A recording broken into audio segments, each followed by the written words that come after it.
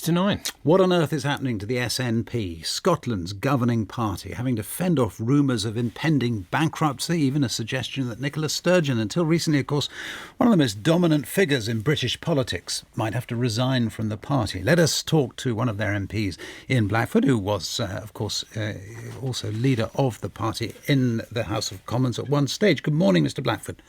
Good morning, Justin. Just a quick one on the money. What is the nature of the solvency at the moment, or insolvency of the party? Well, the party is solvent at the moment, Justin, and indeed our accounts are very much in balance.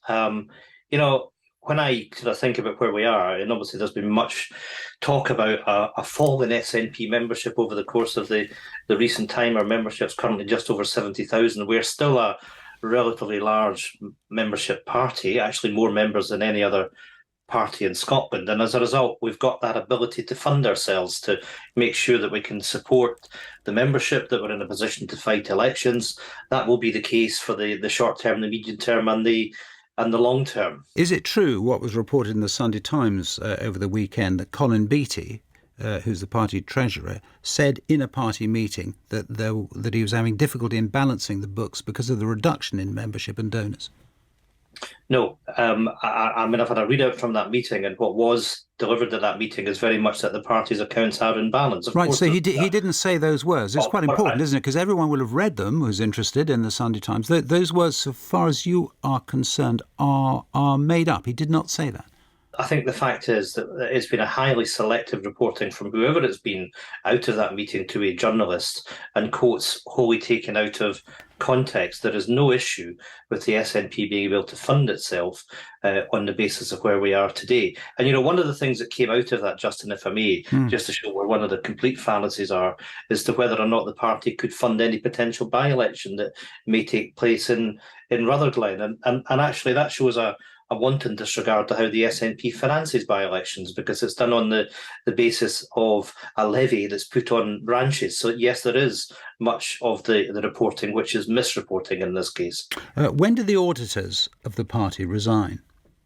In the autumn of last year, and I'm glad that you've asked me that as well, because it's quite normal for any political party, any business organisation to have a review of its auditors. On the one hand, that's good corporate governance practice, and also from time to time, auditor firms may look at their client list, may see where they have conflicts of interest or anything else, and choose to part company with the firm that they're auditing. And what the SNP has to do in a timely manner, and that's true whether it's for the party or it's for the Westminster Group that I used to lead, is to make sure that we've got auditors in place so that we can comply with our obligations under the law, and that will happen.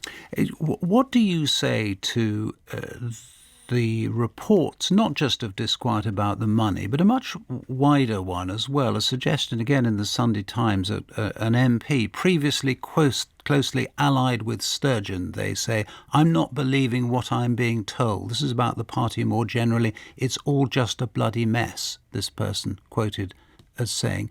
Behind the scenes, what level of disquiet is there? No, and let me say, I think there's a tremendous level of affection that people have in the party, parliamentarians and others, for the former First Minister. I'm not going to demur from the fact that we've had a challenging time with a leadership election and the fact that there is a police inquiry, but we will get through this. Let's remember that support for independence is still riding pretty high. We've got an obligation to come together under the new First Minister, Humza Yousaf, who I think is surprising people positively with what he's doing. But would you accept that the party has been not as transparent as it should have been under Nicola Sturgeon? Would you at least accept that? Well, what I would accept is that the party has fulfilled its obligations, its statutory obligations, to make sure that it publishes its accounts. We have to do that with the Electoral Commission. They're made available publicly. They're made available to the party. That's not quite the same thing, though, as saying that the party more generally should be more transparent in the future. It would be a good idea for it to be so. I just wonder if you would accept that. What I would say to you, Justin, I think for any organisation, any business, of course you would review your corporate governance and your transparency. That is normal.